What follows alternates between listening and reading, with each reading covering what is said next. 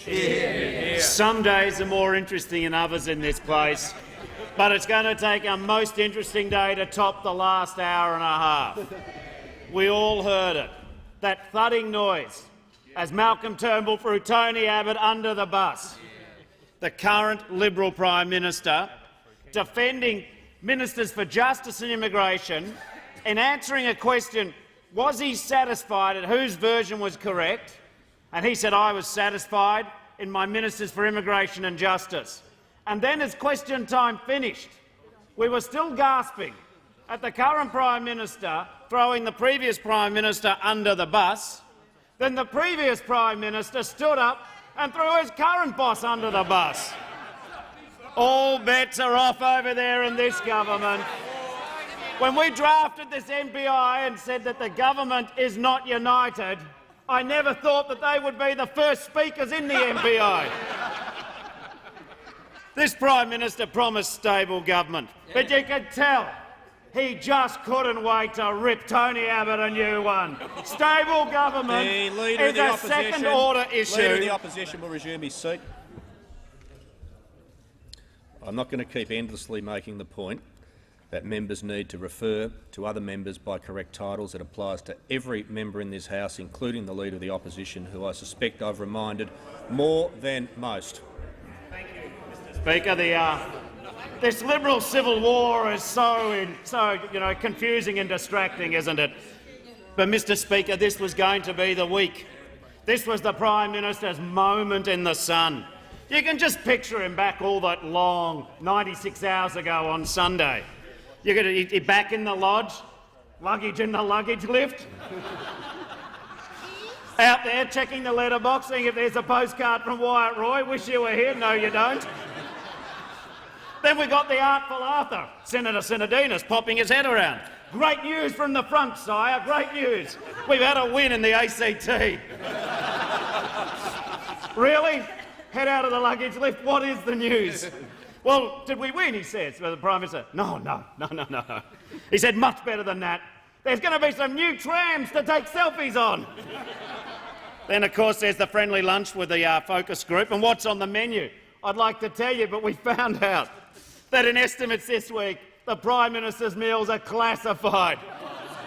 Who would have thought truffles were the source of national security? Anyway, laying out the orange tie, ready for the Renaissance week, the marquee week. Our government was going to finally put to rest its reputation for dithering, for disunity and dysfunction. The real Prime Minister, no more weakness, no more indecision, a new dawn, the third coming of Malcolm. But 4 days later, where are we back to? Leader of the Opposition. A split in the coalition, an insurgent member for Warringah. And what was that unfamiliar noise we heard of, the drumming noise on the backbench of the... They're alive! They really do exist! Now, some might say I'm being too hard on this government. And true. But making history in a few days is not as easy as it looks. The first government since Menzies to lose a majority in the House. The first government to ever vote against itself. Unable to, and calling upon itself to explain its failings. And then we got an insight. When they agreed to call upon their failings and explain themselves, now I realise what they meant. That's what it feels like to be in a Liberal caucus meeting every Tuesday.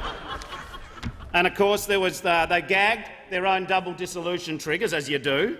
The master stroke, they didn't want the chamber to consider it. And this is after the longest election called in 50 years. It's been given the shortest time in Parliament to deal with the most important issue in the nation, according to the government. But the good news is, I can report to the people of Australia, that the Liberal Party hasn't lost its sense of humour. They got the member for Fadden to ask a question about the rule of law.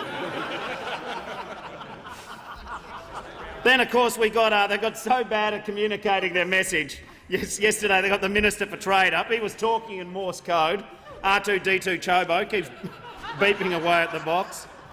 But of course, when there is this chaos, who do they call? They don't call you Karanga, Mike. The Leader of the Opposition will refer to members by their correct title. OK, current member for Karanga, Mike, temporarily. But it's only natural that when there's a problem, who do they call for? They call for the Leader of the House. Or as he prefers to be known, the equally senior co-convener of Defence. so long as the Minister for Defence isn't in the room and can hear him. But of course, when the parliament's falling apart, they come up with a fix. Is their fix in parliament something as simple as saying, yeah, you've got to be here till the end of parliament? No. Is it something as easy as saying, check what you're voting on before you vote? No. Instead, innovative, agile, electronic voting. Electronic voting, that's going to fix it all. But I can just see how electronic voting will go with this mob. The Minister for Revenue gearing up to condemn herself. You can hear Siri saying, don't do that. And remember when the member for Wentworth invented the internet, there was that little paperclip they had on Microsoft Word. You could just see it saying, it looks like you're trying to be a minister. Do you need help? But then, of course, there's the other place. There's estimates. And I want to give a shout-out to Senator Penny Wong. I don't know how she does it. A 5-hour conversation with the Attorney-General and the congeniality twins, Senator O'Sullivan and Senator McDonald. Two men ready for the dawn of the 20th century. And of course, Satin George always brings us in with the news. For the final hours before caretaker kicked in, Senator Brandis made 37 appointments to the AAT, jobs that pay a salary of up to $370,000. Let me save you doing the maths. $13.7 million, almost 7 times what the Prime Minister donated to his own survival. No positions were advised, no departmental advice provided. No one's checked for the conflicts of interest. You know, and the good news, though, is we don't know if they're qualified, we don't know if they're compromised, we don't know if they've got the job on merit, but they may well be up to being Attorney-General in this government. Unfortunately, we see that this government, whilst they're good at job creating for their own donors and supporters, too many Australians, as we've learned today, are missing out. We've seen that tens of thousands of full-time jobs are going in this country, and the only thing they've got to console themselves is this mob opposite them. And this week they did cross a serious line. By talking about tampering with a 20-year bipartisan commitment to a safer Australia, dishonouring the legacy of John Howard, disregarding the warnings we see tragically from the United States so frequently, do they really think that their anti-union, anti-worker, anti-fairness agenda is worth more than changing the rules around lever-action weapons on the streets? They are not fit to be the government. Yeah.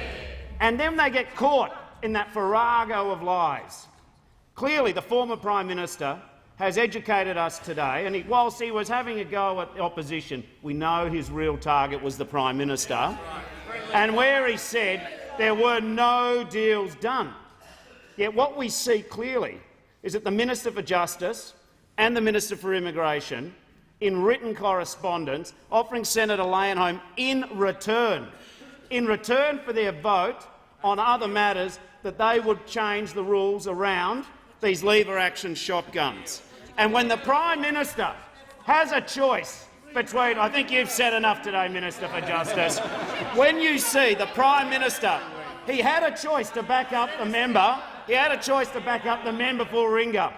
But the member for Wentworth is so consumed about his dislike and his disregard for the member for Warringah, he's happy to buttress these incompetents in their current jobs when they've been caught out dealing votes for guns.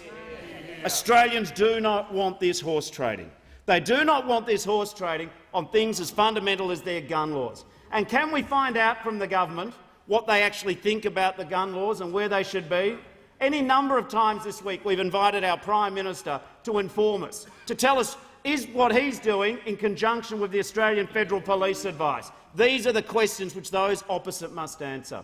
But the real lesson we've learned this week is that this government and this Prime Minister is so weak, so pathetic, so desperate, that any group of bullies can tweak his tail, any group of insurgents can stand him up.